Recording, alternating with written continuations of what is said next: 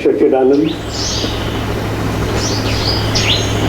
अभी मैंने बताया इस तरह पुस्तकों का ज्ञान भी सत्य है, क्योंकि हमारे ऋषि मुनियों ने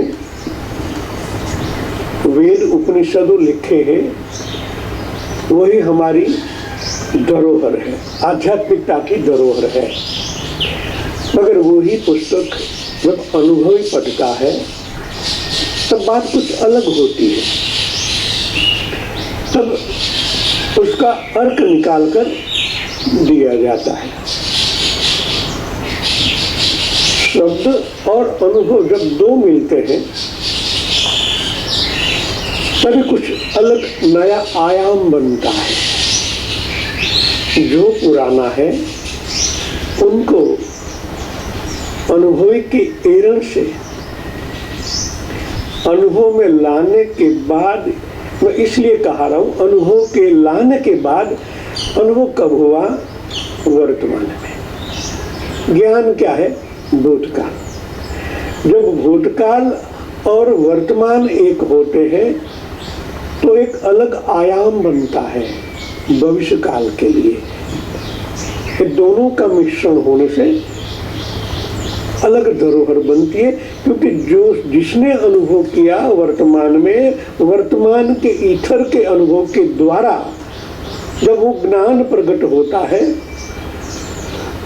तो सच्चा ज्ञान करता है, उनको अपडेट करना पड़ता है। सत्य तो वही है, ऋषि मुनि परंपरा का सत्य आज वही सत्य है। सत्य में कोई चेंज नहीं होता, मगर ऊपर के आवरण जो अनुभव करने वाले शब्द है उनमें चेंज होता है, उसके अंदर भावनाएं सम्मिलित की जाती है। जब आप चिंतन करते हो तो वो ही भावनाएं आपके हृदय को छू लेती है और कुछ नया आयाम प्रकट होने लगता है। जिस तरह मैं मर रहा हूं, आप देख रहे हो, मृत्यु का अनुभव आपको नहीं होगा, आप देख रहे हैं, अनुभव मेरा है। अनुभव करने के लिए मृत्यु अंगीकार करना पड़ता है। मृत्यु का अनुभव सुनाते हैं जो ऋषि मुनि, कैसा हो जाता है, हार्ट बंद हो जाता है, नस नाड़ियां ब्लॉक हो जाती है, और फिर भी कहने वाला जिंदा है। मृत्यु स्पंदनों की होती है, हृदय की होती है, मगर एक अलग सा अनुभव जो आत्म तत्व, जो प्रकाश है, जो प्राण तत्व है, वो अभी भी आपके अंदर है।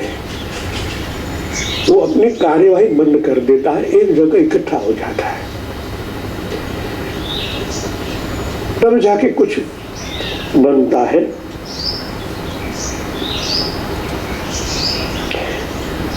मृत्यु जिस तरह व्यक्तिगत है, जो मनुष्य मृत्यु को प्राप्त करना चाहता है वही जानता है कि क्या होता है, उसी तरह ज्ञान भी अभिव्यक्त है। एक व्यक्ति जानता है तो वही जानता है कि वह क्या है, और जब वह दूसरे को कहता है तब केवल वहाँ शब्द ही पहुँचते हैं। भारी या खोखले खाली शब्दों दूसरों के पास पहुँचते हैं, उनको इकट्ठा करके बड़ा भंडार खजाना खड़ा करते हैं, और जितने शब्द बढ़ते हैं उतना ज्यादा ज्ञान प्राप्त किया ऐसा लगने लगता है, लेकिन हकीकत नहीं है। सत्य अनुभूति और परमात्मा का संबंध है, वहाँ हम शब्दों से खुश हो जाते हैं। बहुत आश्चर्य की बात है, कोई पैसे की बात करे तो आप कहेंगे कि बात तो हो गई लेकिन पैसा कहाँ है।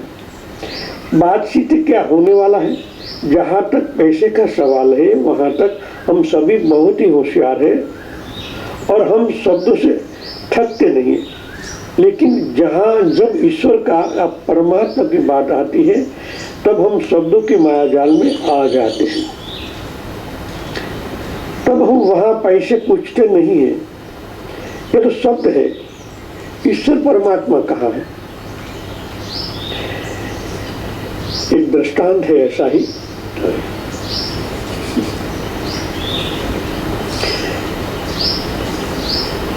जल्दी कह दूंगी दृष्टांत। एक राजा दरबार भर के बैठा था। एक कवि, बाहर गांव का कवि आया और राज दरबार में आने के बाद राजा की यशस्वी कथा कही। उन्होंने गुणगान गाए, ऐसे शब्द की माया झाल शब्द श्रृंगार किया कि राजा खुश हो गया और अपने खजांची को कहने लगा, भाई इनको 10,000 सोने मोहरे दी जाए। कवि तो खुश हो गया, कल्पना नहीं की थी कि 10,000 सोना मोहरे मेरे को मिलेगी। पूरी रात सो न सका, पूरी रात सपने में गुजार दी। 10,000 सोने मेरे मिलेगी तो मैं क्या करूंगा, उनको कैसे यूज करूंगा, मकान खरीद लूंगा, शादी कर लूंगा, वो कर लूंगा, वो कर लूंगा। पूरी रात उनकी बीत गई।